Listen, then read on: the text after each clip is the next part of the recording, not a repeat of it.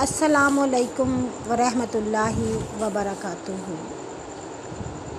अक्सर ये सवाल पूछा जाता है कि अगर हम खाली फ़र्ज़ पढ़ लें तो क्या हमारी नमाज़ हो जाएगी।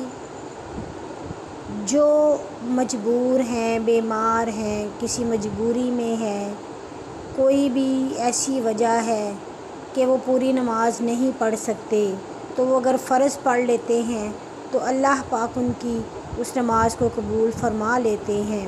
मगर सुन्नत मोक़दा और सुन्नत गैर मोक़दा के बारे में हमें जानना चाहिए।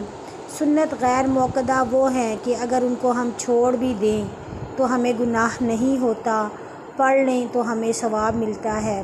लेकिन सुन्नत मोक़दा जो हैं वो फ़र्ज़ के कायम मकाम हैं, उनको छोड़ना नहीं चाहिए, उनको पढ़ने का बहुत ज़्यादा अजर है। इमाम अबू हनीफ़ा और इमाम मालिक के नज़दीक सुन्नत मोक़दा जो हैं उनको अदा करना बहुत ज़रूरी है।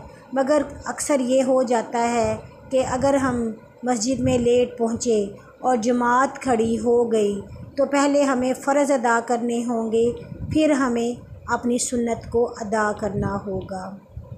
मगर फ़जर की सुन्नतों के लिए ये हुक्म नहीं है।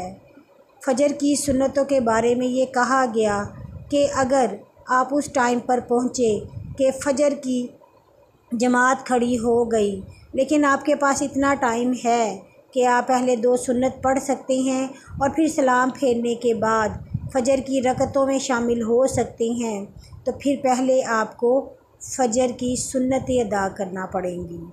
नबी सल्लल्लाहु अलैहि वसल्लम के फरमान के मुताबिक फ़जर की जो 2 सुन्नतें हैं वो दुनिया और माफ़िया की तमाम बेहतरियों से बेहतर हैं।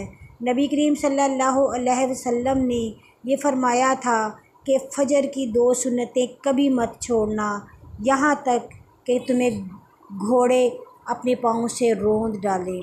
ये इस सुन्नतों की अहमियत है कि किस कदर अहम है ये 2 सुन्नतें कि अब्दुल्ला इब्ने अब्बास ने एक मर्तबा नमाज़ पढ़ने आए तो देखा कि जमात खड़ी हो चुकी है।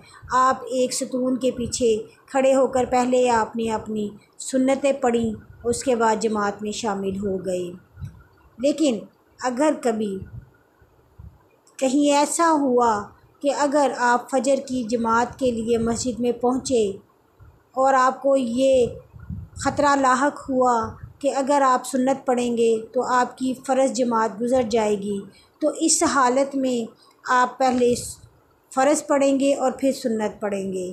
अल्लाह पाक हमें फ़र्ज़ नमाज को अच्छे तरीके से अदा करने की तौफ़ीक दे।